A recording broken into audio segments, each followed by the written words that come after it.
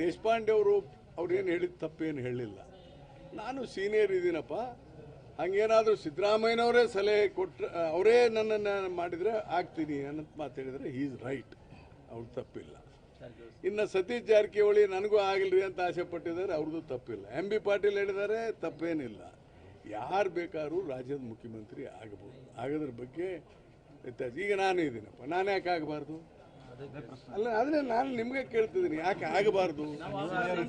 ಅಲ್ಲ, ಅದೇ ಒಪ್ತೇನೆ ರೀ, ಆಗಬಾರ್ದು ಅಂತಿಲ್ಲ, ಕೇಳಿ ಹೇಳ್ತೇನೆ. ಅವರು MB ಪಾಟೀಲು, ಶಿವಾನಂದ ಪಾಟೀಲು ಎಲ್ಲ ನಾವಪ್ಪ I am also belongs to Lingayat community. ಅವ್ರು ಜಾತಿ ಹೇಳ್ತಾ ಇದ್ದಾರೆ ಅಂತ ಹೇಳ್ತಾ ಇದ್ದೀನಿ.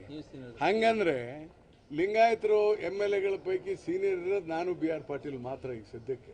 ಅವ್ರು 83, ನಾನು 85. BR ಪಾಟೀಲ್ 83, 85. ಬಟ್ ಹೆಚ್ಚು ಎಲೆಕ್ಟ್ ಆಗಿರೋನು ನಾನು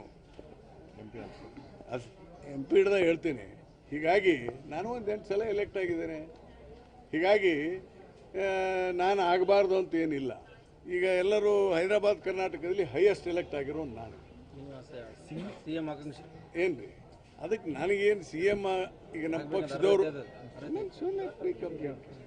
ಪಕ್ಷದವರು ಲಿಂಗಾಯತ್ ಕಮ್ಯುನಿಟಿ ಕೊಡ್ತಾರಪ್ಪ ಅಂದರೆ ಕಮ್ಯುನಿಟಿ ವೈಸ್ ಏನಾರ ಸೆಲೆಕ್ಟ್ ಮಾಡ್ತಾರೆ ಅಥವಾ ಸೀನಿಯಾರಿಟಿ ಮಾಡ್ತೀನಿ ಅಂದರೆ ನಾನು ಮಾಡಿದರೆ ತಪ್ಪೇನಿಲ್ಲ ಅಂತ ಹೇಳ್ತೇನೆ. ನಾನು ಈ ಹಿಂದೆ ಹೇಳಿದ್ದೇನೆ, ಇವತ್ತೇನು ಹೇಳಿಲ್ಲ.